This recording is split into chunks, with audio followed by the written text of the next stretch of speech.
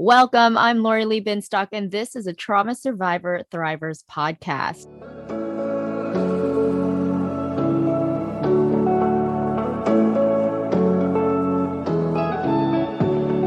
This week is a recorded episode with my guest, Michael Gagliardi. Michael is a writer and author of Devil Take The Hindmost, The True Story of Terror, as well as Devil Take The Hindmost Part 2, The Aftermath.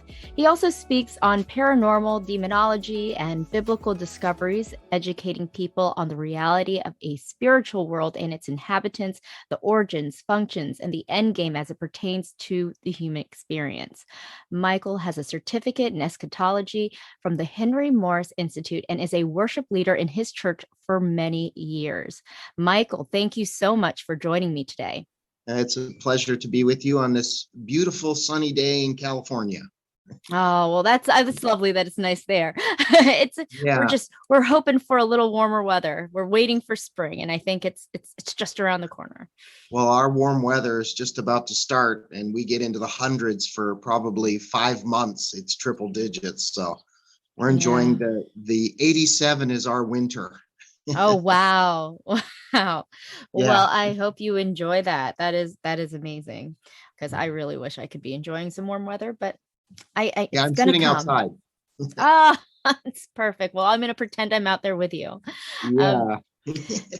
So I actually read your book, the part 1, a few months ago.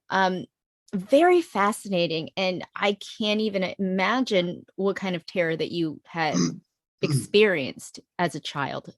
But I do want to ask, what does it mean to devil take the hindmost, and why was that the title of your book? Well, I had several titles, and devil take the hindmost means that the guy at the end of the line is the guy that gets taken. Basically, if there's 2 guys and you have to outrun a bear, you don't have to outrun the bear, you have to outrun the guy, the other guy you're with. So the one left in the hindmost, that's absolutely what the word means. The most left behind is the one that gets taken. And the experience, my childhood, it was, it's something that I felt like I was left behind. And I know my friend's mother, who used to kind of take care of me a little bit, she called me, and not in a derogatory way, but she called me one of those throwaway kids. And, those kids that get left behind, those are the ones that, a lot of bad stuff happens to, because other people don't intervene. So it's that's basically where the title came from. I had a number of other titles, but I went with that because that most represented the culmination of my whole childhood. When you look at it, there was no adult intervention, no social services, no nothing. So in essence, I did get left behind, and I went to school like everybody else, and no one ever, asked what was wrong in my life. I never, because I grew up in it and it was very gradual. There was no, a sense of urgency where I went to school and said, "Hey, I need help." Never crossed my mind. So that title both really represented what my whole lifetime at that point was all about. Wow. Well, I know that as a child, when all you experience is all that you think it's kind of normal, even though it's terrifying. You're like, this is what life is like. At least that's how it was for me. Yeah. It's like a syndrome almost, because you can't, when you're a child, your mind is being formed, what's real, what's right, what's wrong. Yeah. And when you can't identify, those things, what's right and what's wrong, then you don't act upon them.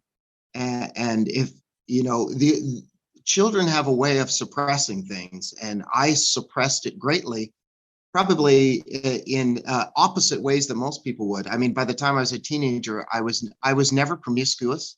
I was never into alcohol. I was never into drugs, though all my friends were. I never did anything like that. I went the opposite direction. I had to stay alert. I had to stay alive. I was a survivalist. You know, I was a fittest. I had to really, really be aware and awake if I wanted to live. Wow. Tell me about your experience as a child with your mother's behavior and kind of get into her behavior, if you will. Well, it's very bizarre, and like I said, it started very gradually. The first incident happened when I was 3 years old. You know, as a child, we were Italians, so at lunchtime, most kids get this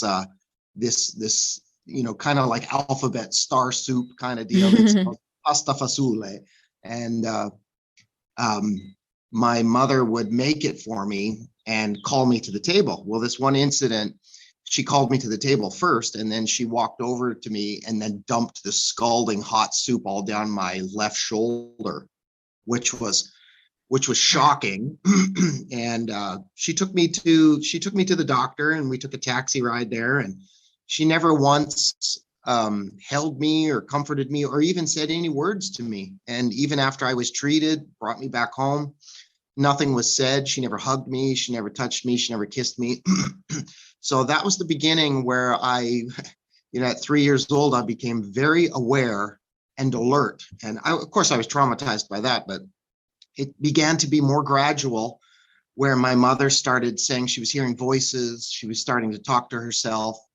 And, we moved 120 miles away to an isolated, very small town, which made the thing even worse because we had no family around. And I still don't understand that move, but because my dad, went all the way back down to Toronto to work 120 miles away. Wow. So it seems kind of counterproductive. But once we started living in that house, by the time I was in grade 1, grade 2, and grade 3, my mother gradually got worse. She started talking to herself, whistling, having conversations, with people that weren't there for hours on end.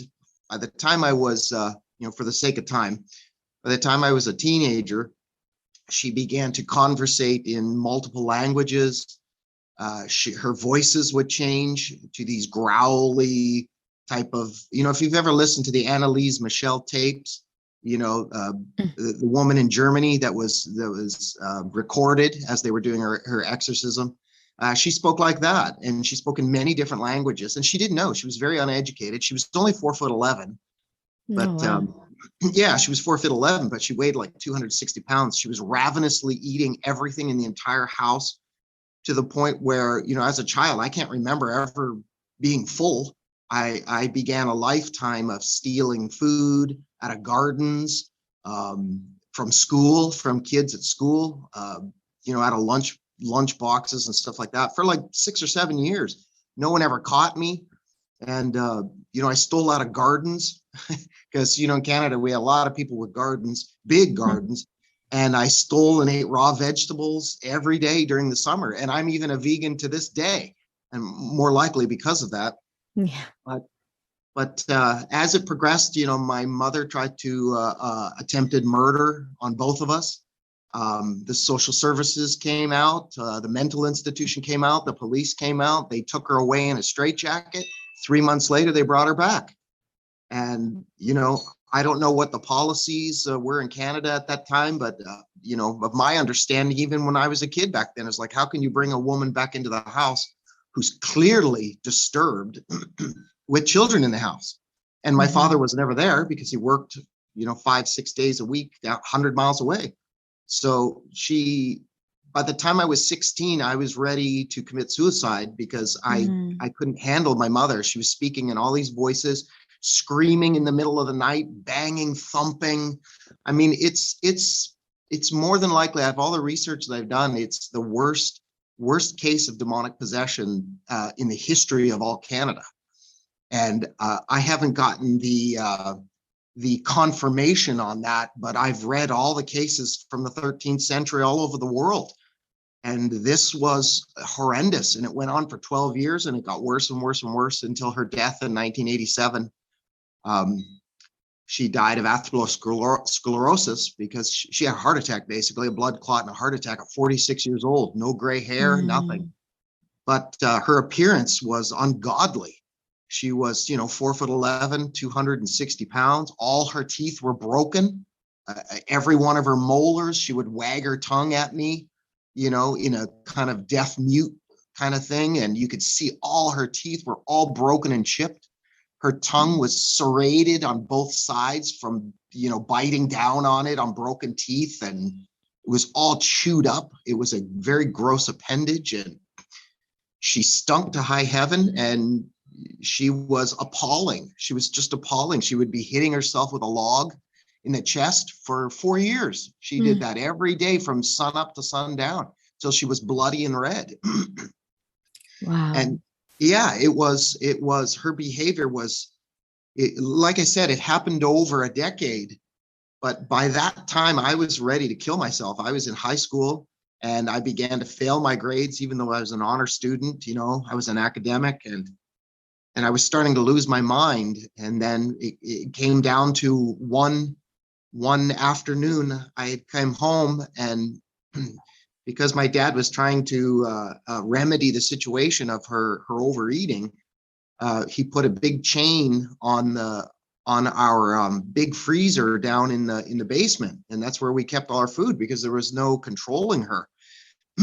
And one evening, I came downstairs and I saw her trying to hacksaw the chain off, and I just yelled out, "Hey!" And she looked over at me and she was growling at me like an animal with this really low voice.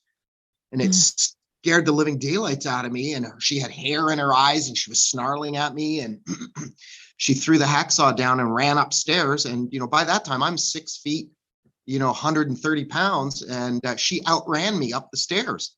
I can't believe it. She's 4'11", 260 pounds. And she went into her room and slammed the door so incredibly loud, hard that all the windows in the house were vibrating back and forth and almost ready to blow out.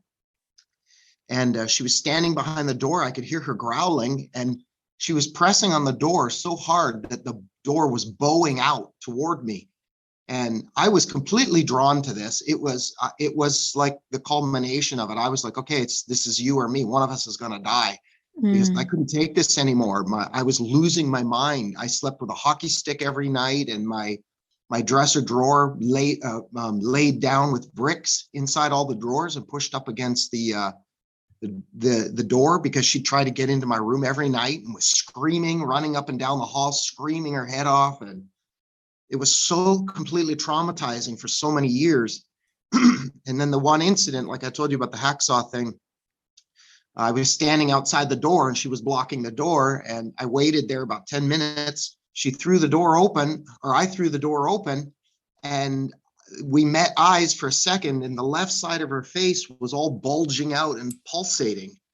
Over her left eyebrow and her left temple, she had a big bubble the size of a golf ball, and it was pulsating back and forth, and her eyes were just jet black holes.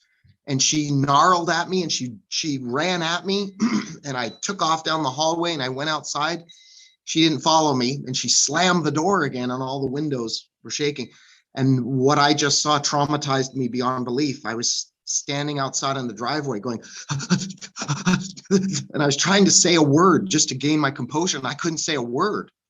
So I reached in the door and I grabbed the phone. We, back then we had dial tone phones with a rotary dial. And I knew my dad was in town. It was a Saturday afternoon and he was at his girlfriend's house. So I tried to dial the phone and I couldn't get my finger in the holes. And it took me like 20 minutes to dial the number. Finally, I got it. I still couldn't speak. I was still, trying terrified. Yeah, I couldn't say one word. I was so completely traumatized by what I saw. And she answered the phone. And she heard me, trying to say a word, and she called my dad, and my dad got on the phone, and he hear me just stuttering, And he said, okay, I'll be right there. And he was only a mile away, so he came home rather quickly. And he tried to ask me what was going on. I still couldn't talk. I followed him inside the house. As soon as he opened the door, she grabbed him, threw him down to the ground, and started scratching its face and growling, in this very manly, deep voice. And she was just beating on him and thrashing on him. After a couple of minutes of the skirmishing, he managed to stand up, and he ran outside. And I ran outside right after him. And my father was completely traumatized. I never seen my dad so scared, because he knew this wasn't the wife that he married. Yeah. He was seeing somebody who was just not that person. And so he ended up calling the police. The police called the mental institution. They came out, and it's very interesting because her window was right close to the driveway. And when all these men came, in suits, and all these authorities, and they came and they were talking to her, I could hear her through her window from outside. And that was the first time I heard her normal voice speaking, and she was saying like, oh, no, officer, there's nothing wrong and nothing's happened here. And, I was like, what? And they took her away in a straitjacket back to the same mental institution. And then 3 months later, they brought her back. I mean, it was an incredible failure on the authorities and the social services. My sister took off after the first time she tried to kill her with a butcher knife. She went running outside, and the neighbors all saw. She terrorized the neighbors as well, too. She knocked on their doors, tell them that she was going to cut their heads off, and in voices, different voices. Yeah, so the police were always at our house. And this was all suppressed by the local authorities and the mental institution. And even after her attempted murder twice, they brought her back. She came back. And social services came up to me and told me they were basically, without saying the words, telling me to run away, because they didn't know how to deal with it. This diagnosis was above their understanding, and they didn't know what to do. And I understand that because I lived through it. But I was a minor and I was a child, and she came back, and within a few months, I turned 18, and I booked it out of there to California and was homeless under the Santa Monica Pier. I just had to leave. And I wanted to go as far away as possible. And, people ask me, well, when you went to California, did you feel relief? And I said, I didn't feel any relief at all, even though I was 3,000 miles away and she didn't know where I was. That was the beginning of adulthood for me. And now I'm screwed up. I didn't go through puberty till I was 21, which is, I've never heard of that in anybody. But yeah, it took me till 21 years old. My body chemistry had changed so radically that I couldn't sleep. I was an insomniac for 18 years. I had severe PTSD. In fact, so much that no psychiatrist would take me on when I told them their story. And I ended up with a POW psychiatrist who was treating guys who were killing children and women in Vietnam. And he couldn't even deal with it. He's like, I don't know how to help you. Oh, my goodness. Yeah. And here I am at 53 years old. I've managed to eke out somewhat of a living and have a successful 36-year marriage. I have 2 kids and 6 grandkids. Oh, wow. But it hasn't been easy. And I still have blackouts. In fact, I blacked out 2 weeks ago. I was just sitting on the couch and phew, I went out, because when I get my body can't handle stress anymore.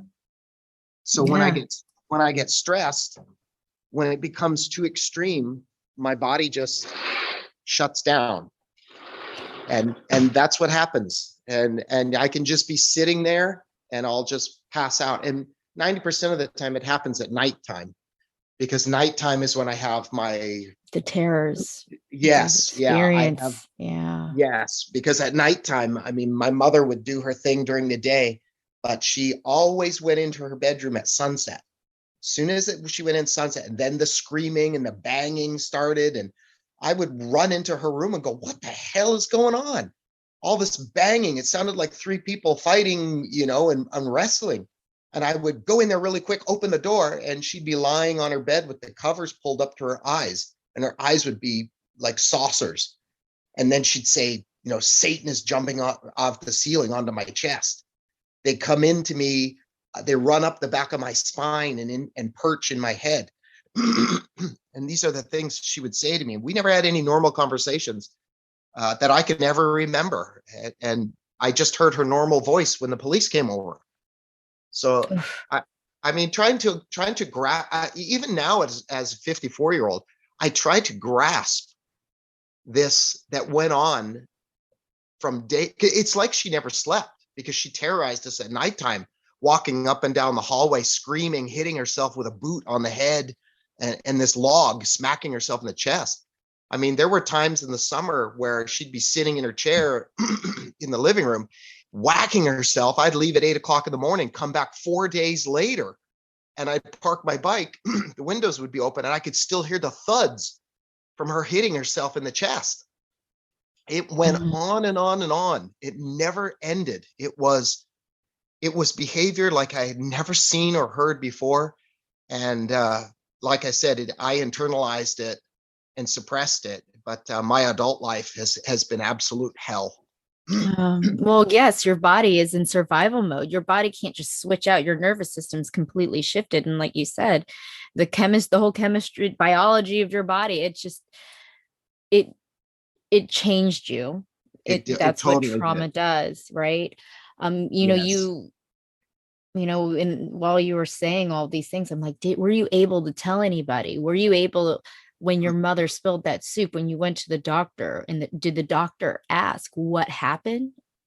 I don't remember. I don't Yeah, I remember. guess I that don't was a remember very her young ever saying age. a word. We never had conversations. It was she was always kind of like in a trance kind of deal. And Mhm. growing up, we were completely we were isolated physically where we lived in this small town in northern Ontario, Canada. But she never spoke to us after that. After those incidents, when it all started back in 71. And my sister confirms this, that this began to start after her beloved, her father died, who was she loved him, she adored him. He was killed in a freak train accident. I think he was drunk. He stumbled Mhm. onto a train track and he was run over and he had his legs cut off. And that's how he Oh my died. gosh. And she was completely traumatized herself by that. But I remember as a small child, and I confirmed this with my sister.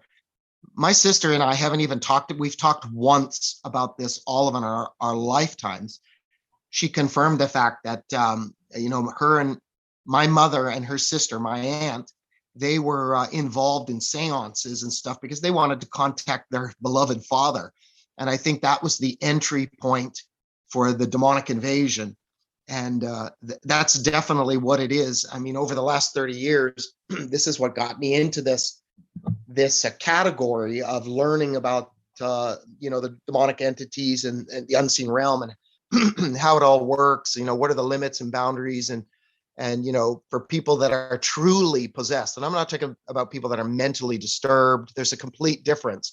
There are Right. signs and characteristics that definitely define someone who's demonically possessed as opposed to somebody who is just really mentally ill. There are characteristics that are completely off the charts. And my mother, after doing all of these researching, she ticked off all the boxes. And, I recount now all of her speech and the things that she would say. And there was definitely, I noticed, it would frustrate me because she'd speak in these foreign languages. And to this day, I learned foreign languages. I learned 5 foreign languages on my own because it frustrated me to not understand what she was saying. I mean, it was horrific listening to her. But, when you hear it every day and you're seeing it every day, you become desensitized. Yeah. And then it becomes just a bunch of mumbling. So, I know that she was speaking in multiple languages, and that caused me, and later in life, to learn languages because I'm so frustrated. That was one Mhm. of the end results of this behavior and this trauma. And Yeah. I have so many things wrong with me because of the trauma. I'm surprised I'm still alive at 54. I thought I would have died in my 30s because of my manic. I went through mania where I would walk 30 miles in one day in bare feet to get the glass stuck in the bottom of my feet just to feel pain. I would walk Yeah. from Santa Monica all the way to Glendale, and people from California know that that's like 25 miles. And I would do that on a regular basis, and I'd do it in bare feet so that I would get glass stuck in my feet so I could feel something, because I couldn't feel anything. I've been a walking shell for, some 40 years. So, I Wow. mean, so where do you start? you know?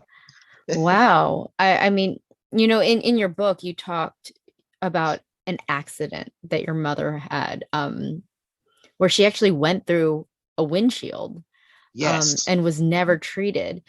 And that in my head, as soon as I read that, I was just like, oh, well, maybe this had contributed to her behaviors. Um, do you believe that? Do you Well, believe that this incident did, where I mean, her head went through a windshield? I can assume that that could cause so many mental health issues just yes. there. And I put that in there purposely. If I wanted to sell books and make it a sensationalism, I could have left that out. But I Mhm. put that in there because, like I said, there is a difference between mental illness and this started before she had an accident. She never learned how to drive. That's why she had that accident when she was driving, and she never learned how to drive. But and we always attributed it to some sort of mental illness, probably from that accident. But the things that she did, she prophesied. My sister would tell me that, oh yeah, she said, she prophesied about JF Kennedy being shot, a bunch of other historical things. She would tell me where I was. She would tell my father where he was. I was like, how do you know this? Because she was 260 pounds and never left the house. She would just go in the neighborhood, because she couldn't walk. She was Oh my seriously obese. goodness. But after researching, demonic oppression, demonic possession, and exorcism, I mean, real cases that dumbfounded, the worst of the worst. She ticked all the boxes. And like I said, mental illness does not make, I mean, why does mental illness not make you super happy? Mm. Why does it go to the deviant?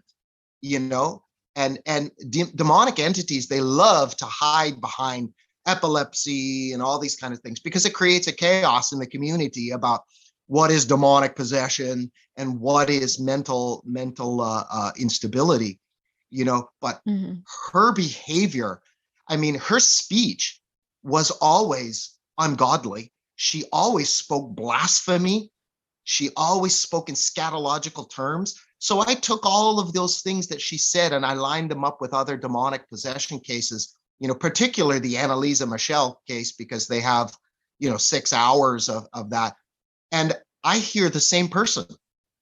I can hear the gate in the speech patterns of the demonic entities, and other transcripts that I've read over, other historical demonic exorcisms that are, real. I'm not talking about ones that are, yeah, could be or couldn't be, but ones that were like full blown, like the one that was modeled The Exorcist, Mhm. William Blatty's book, the Ronald Doe case. She did the exact same things. She sang choir-like songs at a loud voice. She whistled loud, and then would go into these crazy voices, and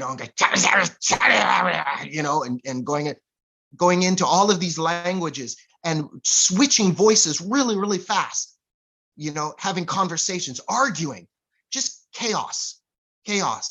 And Yeah. after 30 years of doing all of this research, she ticked off every box of demonic possession, of complete demonic possession. I've talked to many exorcists, many people that knew Malachi Martin and all of his cases, and she's no exception. She was Did exactly like all of them. Were you, and I'm assuming you didn't realize this until after you left home. Yes, and Oh, probably so I there was wouldn't no way realize. you could reach out to religious entities or anyone who would specialize in something like that. No, we had no idea. Like I said, it was so gradual, but the decline was so severe, but it took time. And that's something about demonic possession that people don't understand. It doesn't happen like, oh, come in to me, like on The Exorcist. He says, come into me, and boing, and all of a sudden these eyes are rolling back in the head. It takes time because it's an invitation. And they take over certain parts of the body. But I'll tell you, my mother, there were 2 times I can remember during the whole horrific ordeal that she reached out to me, where she snapped out of all of these voices. And there were 2 times, and both times she said the exact same thing. I was walking through the living room. Both times this happened. I think one was coming and one was going. And she stopped me and she said to me in her normal speaking voice, which is the only 2 times I heard her normal speaking voice, other than when she was being interrogated by the police and the mental institution. She said, they're coming into me. They're running up the back of my spine and perching in my head. The second she was finished that sentence, snap, she went right back into and fighting with herself, and then beginning to hit herself with the log again until she was bloody. This 2 times she said that. And as a teenager, I'm like, whatever. I was losing my mind at that point. I was ready to commit suicide, but now I remember, and I look back at all this stuff. I analyze her life and everything that she said in the whole 12 years. And I compare that, and I like a detective, you put a suspect on the board and you begin to draw timelines, and I did that with several of the most pronounced demonic exorcist cases that I could get my hands on. And she ticked off all the boxes. She had all of those characteristics. So now, as a 54-year-old, well, I've known this for quite a while, that I am convinced 100% that is what was going on. And, the mission was complete. She died at 46 years old. 46 years old. She had no gray hair, no nothing. And she died at 46. And I believe that even though my sister and my father was there sporadically, I was always the target, because my sister took off and I became a Christian. And, if you understand demonic entities, they don't like it when you talk about Jesus, because they don't want people to be saved. And, they would have knowledge of that, pre-knowledge of that I was going to be saved. So their destruction was for me. And I'll tell you something, over the last 30 years, I have had, and the paranormal activity has not stopped. In fact, just last week, we were sitting in the house and the fan went on the overhead over the oven. Mm-hmm. It went on by itself. And then 10 minutes later, the radio turned on all by itself. Wow. And I've had tons of that over the years. We've had banging and knocking and scratching in the house so bad that my wife ran outside and wouldn't go back in the house. And I had to come home. I mean, it just didn't end with my mother, but I'm not scared of it at all, because I have dominion over this, and when I speak the name of Jesus, that stuff's gone. And then they try again, another 6 months later, something else will happen. And my kids have experienced the same thing. It's fascinating now that I know what's going on, but it's been terrorizing. And I can't get rid of the scars, so to speak. I mean, I still black out and I can't help that. Yeah. I shake every night. When I go to, as soon as the sun goes down, my face goes numb, and I wake up with my face numb, sometimes so bad I can't even speak, because my lips are so completely numb that I'm like, and, you would expect, a psychiatrist would expect that the trauma that I went through would have equal results if it were true. And that's what I have. I have such severe PTSD, almost to the point of, like, when you say shell shock victims in World War I, if you've seen videos of that. I mean, I shake incessantly bad, so much so that you can see my hand. I can't keep it still for a second, and I still black out, and my face goes numb every night of my life, Yeah. Well, it makes sense that this person who is supposed to be your caregiver, yes. trying, I mean, just all demonic and all of this aside, just her wanting to kill you, Yes. attempting to murder you is Every night. traumatic. That is I can't even imagine what that would have done to you. And it makes me wonder, you said you mentioned earlier in our conversation that your father was at his girlfriend's house. Was Mhm. there any way that your father could have taken you out of your mother's home? Yeah, well, this is the point of the interview that I always tell people. People want to know what's going on with the dad. Well, let me tell Mhm. you, my father, I love my father, but my father suffers from severe PTSD too. He was a Mm. child in World War II in Italy, and he watched his father being shot at by the Nazis.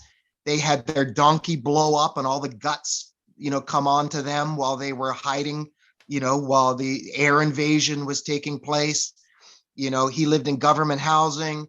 He was a refugee for 4 years in Somalia. He got messed up. And to this day, he's 89 years old. He still lives like he's in the war.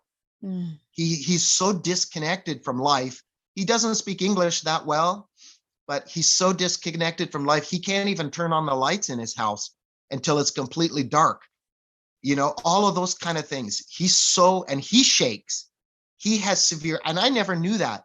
And I always was, I got mad at my father in my 30s, and I yelled at him and I told him what a crappy father is and he wasn't there for me and he should have helped me. Now I'm, living out the results of this. And he said he basically grew up the same way, that he had severe PTSD as a child, as an adult, because of the war, hearing the bombs going off for 3 days. I mean, that's traumatizing, Yeah. hearing the explosions going off, seeing your father being shot at, their family pets being blown up and the guts thrown on them and stuff like this. And, scraping around for food and stuff like this. And this went on for years, and then the aftermath of that was being a refugee and living in government housing. He had 6 brothers and sisters. They live in one room, and then all of a sudden being adult and okay, you're an adult now, go live, and you're expected to function, and that was my problem. Everybody asks me, so when you were away from your mother, did life get better? Did you feel relieved? And I've said, no, it Mm. actually got worse. Now I had to live out my childhood as an adult, And you were you know, probably in a safe place, yet in your mind, you were always on high alert. and And that so is that an could even be worse at that times. is an accurate statement. In fact, I was like the guy in Russell Crowe in A Beautiful Mind. I Mm. Every room I went into, where there was people, I had to assess the threat level. If I Yeah. could make sure that I could take somebody out, if somebody was a threat to me, where the doors were, it was exhausting. And I lived like that for decades. I mean, I'm older now, and now I just don't care anymore. So now I'm like super tired because I lived my life on 11, and I was a complete overachiever. Everything I did, I did to the extreme, not knowing that hey, you don't have to be like that.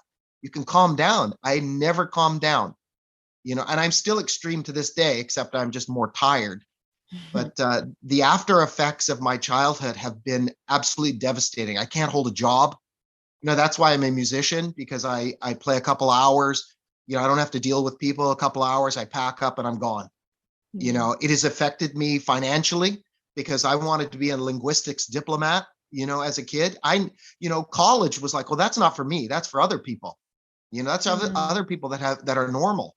So I lost all of that. I lost the chance of having a good living, but, you know, I did manage to eke out, a family, and I've put my wife through hell, but she Mm. stayed with me for 36 years, and God bless her. She's been amazing, and I've been not easy to deal with because of the things that, not because I'm angry or grumpy, anything like that. It's because of what the TSD has done to my system. I'm not able to be in crowds. I can't stand loud noises.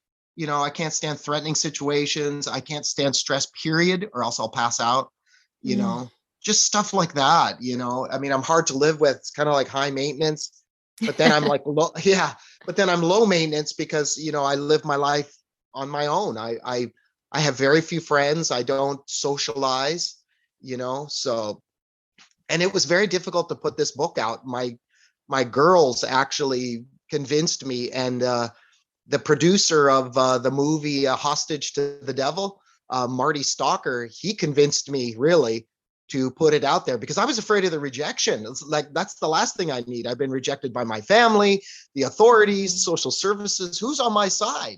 No one, So, it was a difficult decision to allow the book to come out, but I have to give credit to Marty Stalker because he's the one that believed in me. he says, man, I know your story's true.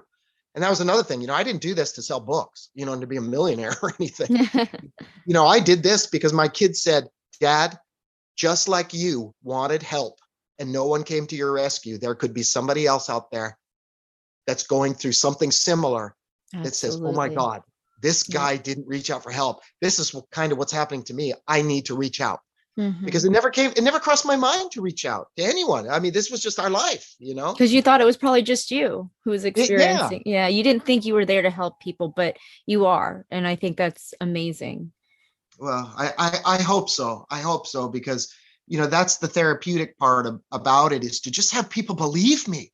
Mm-hmm. This is what happened. I have no reason to bolster the story or to, make it more sensational than it is. It is what it is. Yeah. This is what really happened to me. And more so, there's stuff I didn't even put in the book because it's so gross and abominable, what my mother did, just so wicked and evil. I thought, I can't even print that kind of stuff. Enough's enough, goodness. Do you, when your mother died, did you feel at peace? No. Absolutely not. Because, at the end of the day, that was the first time when I got the call and they told me that she had died. That was the first time that I felt in my heart that was my mother.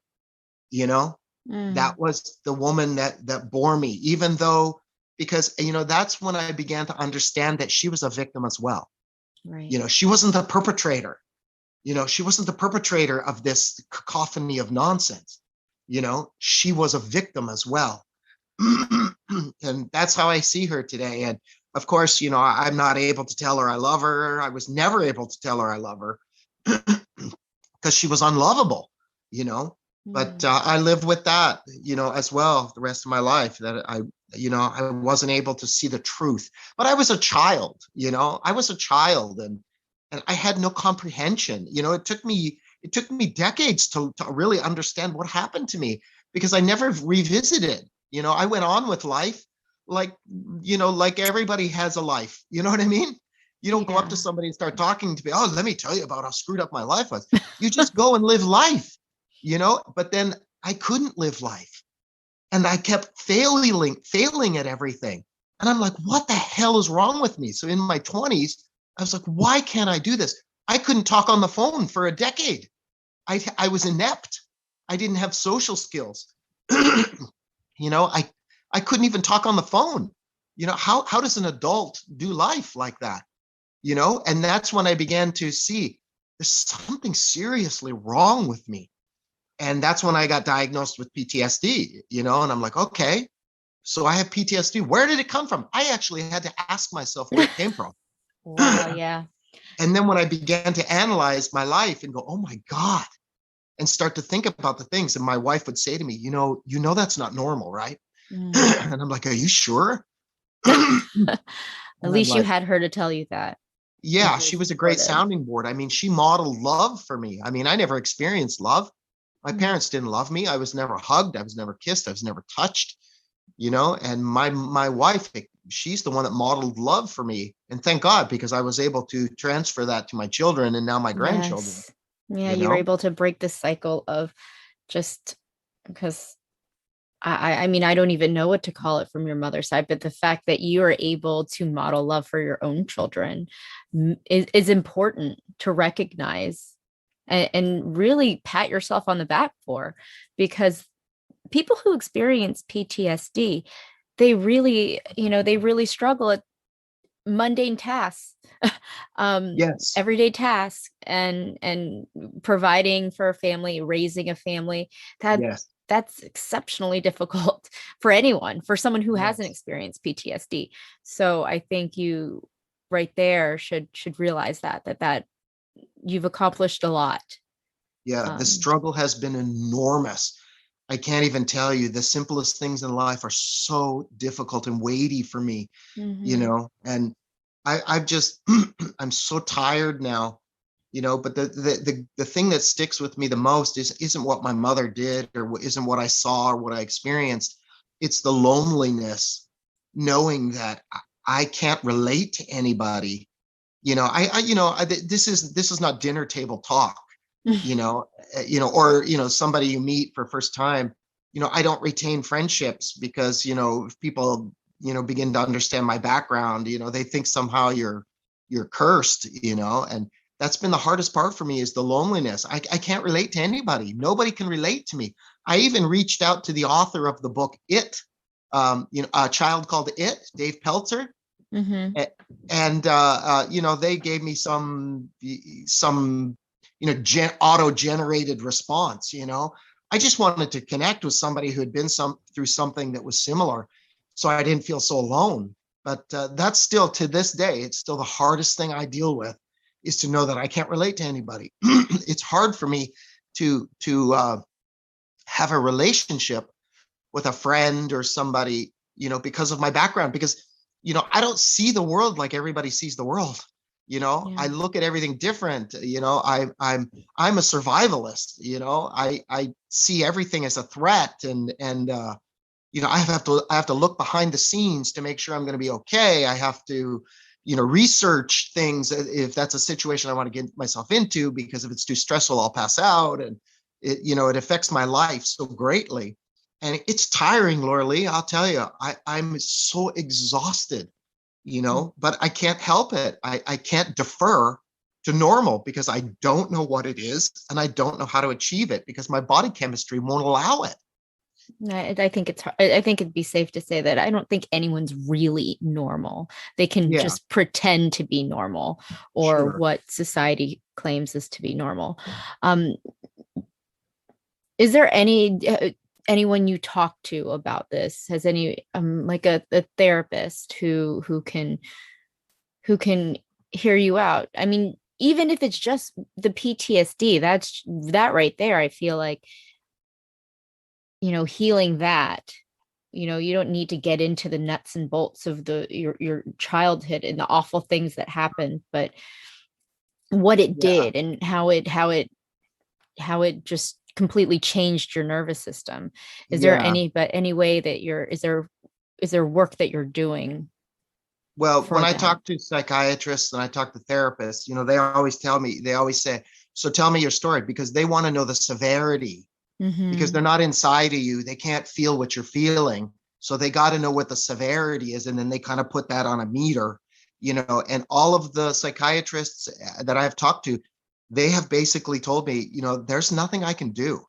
I can't really help you. I mean, I can give you Lexapro, which I'm on, which gives me a window of opportunity to see things a little more, gives me an opportunity to not impulsively respond, you know. Mm-hmm. But other than that, I mean, no one has been able to give me tools that can deal with the severity of my PTSD. They basically say, all you got to do is, you got to make good choices, and just live the best life you can and be on meds. There really Mm. is no answer for severe PTSD. There really isn't, because it's changed. My body's going to do. See, my body does what I don't want it to do. It has a Mm-hmm. mind of its own, because it was so suppressed for so long. It changed all my chemical and hormones. It changed everything. It just does what it wants to do. And I have no control. Like when the shaking starts, I know it's nighttime. It's almost like a Mm. clock. Yeah. As soon Yeah, as the it's what your sun body goes down, knows. yes, here I begin to shake.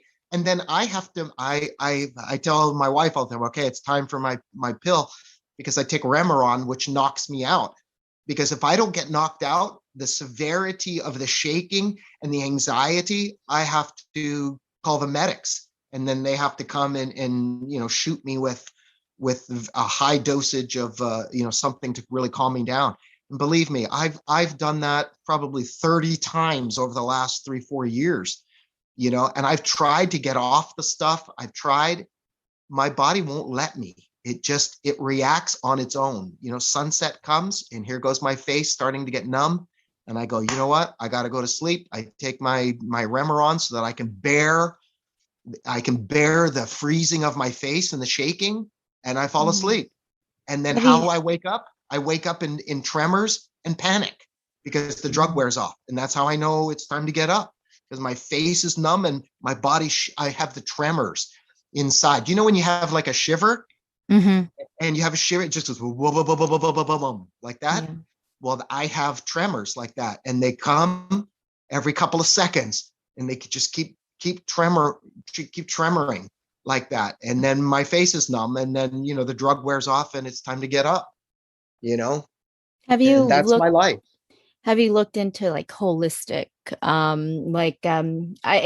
something that worked for me was EMDR, which is like kind of like light therapy. It basically takes some of the memories from your emotional side of your brain and kind of moves it to your rational side of your brain. And we can talk about this afterwards, but yeah, I think that I my heart goes out to you. I know PTSD, and even the level that you've experienced, I can't imagine how it is to wake up every day. But I think that you're doing so much to help yourself and help your family, and just kind of break this cycle of trauma. So yeah, I don't want to pass it on. That's for sure. Yeah, that's the one thing that when we had children, well, my first child, when she came, that's when I had a breakdown, because the responsibility was so, I was like, I can't even take care of myself. I don't even know what I'm doing. I don't even know who I am. And now I've got a child. So I had a breakdown, and I had, several years of serious depression, was in lockdown for suicide and all this kind of stuff. But I decided after all of that, I don't want to carry this on. I don't want to destroy my family. I want to be a happy, good father and good husband, and I've tried to do that my very best, and, like I said, there's aspects of it I have no control over, because my body just, does what it wants to do. But, I do have a choice. I do have a choice to be happy. I do have a choice to love my kids, to tell them I love them, to hug them, my grandkids, and I do it all the time. I do it all the time. I see them every week, and I've made a pact with myself to make sure that I'm the best person I possibly can. And, it's exhausting, because that's not who my chemicals in my body tell me I am. I'm the one that wants to flee. I want to run. I want to hide. I want to get away from the situation and have peace and quiet and be alone. That's what my body tells me, that fight or flight. And I experience it all day long, every day, until the shaking starts, and then I'm medicated. And then we start the whole thing the next day over again. That is my life. But somewhere in there, you can either kill yourself, medicate to death, drink, being an alcoholic, or you can choose to be happy and make the best of it. And, that is the hardest decision to make, to say you want to make the best out of it, because it takes effort. And we all know, as people, effort is effort, and, the more oppression you have against you, the more of an effort you have to make, but that's what I've decided. I've decided to be a good father. I don't want to die and have my children go, oh my God, my father was miserable, I'm glad he's dead. I want my children to miss me, and my grandchildren to miss me, and to love me while I'm here, and I make every effort to do so. And I believe they know it. I don't know them, but yes, they do. Just what you're telling me, and what you've done with your life, it tells me that they do. So Michael, thank you so much for joining me today. I really appreciate your time and you sharing your story and your vulnerability. I really appreciate it.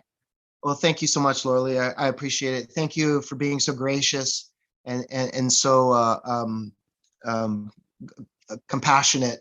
This is part of the therapy for me, just as people can even just believe me, because I know it's a crazy story. I know it's hard to believe, and believe me, I get texts and messages from people all over the world going, "Oh, I don't believe you. You're trying to sell books," and all this kind of stuff. And I wish I could say that it wasn't true. I wish, but it's therapy just to know that there's, people on the other end of the line, believing you and having compassion. So thank you so much for that. Thank you. That was Michael Gagliardi, author of Devil Take the Hindmost Part 1 and Part 2. For more on Michael, visit my website at tstpodcast.com. That's the letter A, tstpodcast.com. Also, the latest issue of Authentic Insider, April's edition, is out, which you can find at my website. And if you haven't already, please subscribe to my email list to get Authentic Insider magazine in your inbox monthly. Join us next Thursday when we go back to Fireside Chat live with author Jeff Romig of the book Don't Fucking Kill Yourself. You've been listening to a Trauma Survivor Thrivers podcast. I'm Lori Lee Binstock. Thank you so much for being a part of the conversation. Take care.